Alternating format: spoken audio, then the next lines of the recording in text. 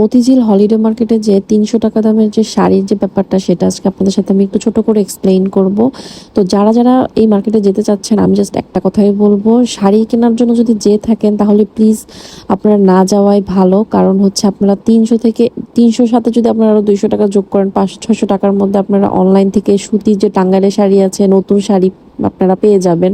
So আমার মতে ওইখানে মানে মতিঝিল হলিডে মার্কেটে কষ্ট করে যে ওই ৩০০ টাকা দামের শাড়ি কেনার কোনো মানেই হয় না। আর শাড়ির ব্যাপারটা আমি বলি, কারণ আমি এখানে অনেকক্ষণ ছিলাম, আমি চিপা চাপার থেকে ঘুরে ঘুরে আমি অনেকক্ষণ ধরে শাড়ি দেখতেছিলাম যে দেখি আমার কোনো শাড়ি পছন্দ হয় কিনা। বাট বিশ্বাস করেন, ওইখানে আসলে পছন্দ করার মতন কোনো শাড়ি আপনি পাবেন না।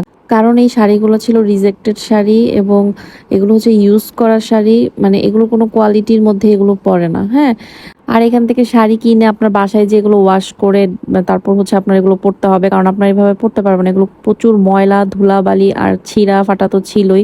যদি আপনি আপনার লাক ভালো থাকলে আপনি একটা ভালো একটা পেতেও পারেন, পাইলেও পাইতে পারেন। তো ওইটাই তো বললাম যে লাক থাকা লাগবে, আর আর অনেক বেশি দেখে তারপর কিনতে হবে, কারণ অনেক মানে ফুটা ফাটা অনেক ছিঁড়া ফাড়া থাকে। তো এই ছিল হলিডে মার্কেটের শাড়ির দোকানের ব্যাপারগুলো। তো লাস্টে একটা কথাই বলবো যে অনেক চিন্তা ভাবনা করে তারপর কিনতে যাবেন, আর আমি যে কথাগুলো বলছি সেগুলো অবশ্যই মাথায় রাখবেন। Thank you.